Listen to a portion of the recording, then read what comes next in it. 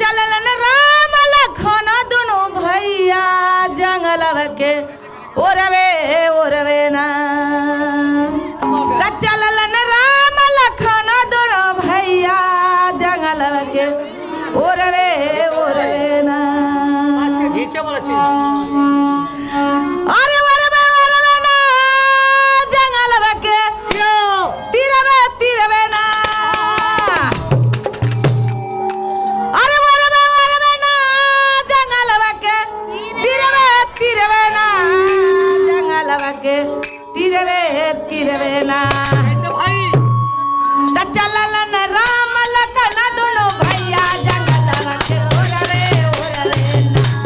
चलन राम लखन दुनु भैया जंगलव के ओरवे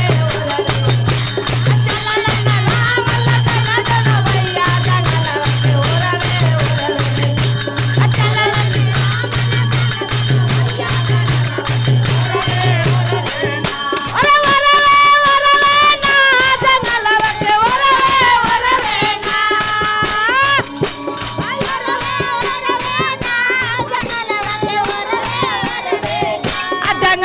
के ओरवे चलन राम लखन दुनु भैया जंगलव के ओरवे चलन राम लखन दुनु भैया जंगलव के कैसे और किनका बिन सुन भइले अयोध्या किनका बिन चौपाई ए जी किनका बिन सुन भइले अयोध्या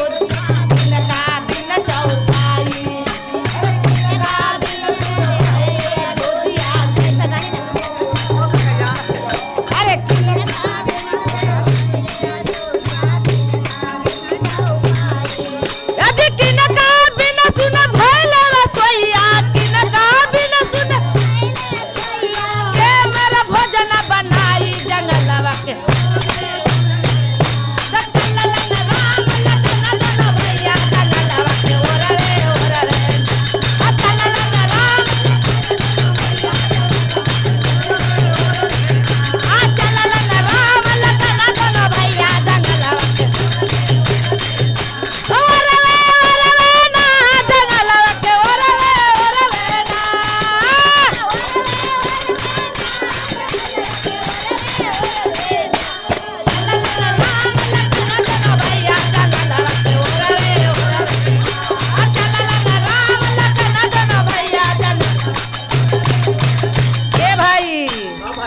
का कहलन ए जी राम बिना सुन भइले अयोध्या लक्ष्मण बिना चौपाई राम बिना सुन भइले अयोध्या लक्ष्मण बिना चौपाई ए जी सीता बिना सुन भइले रसोईया सीता बिना सुन भइले रसोईया और वही मोर भोजन बनाई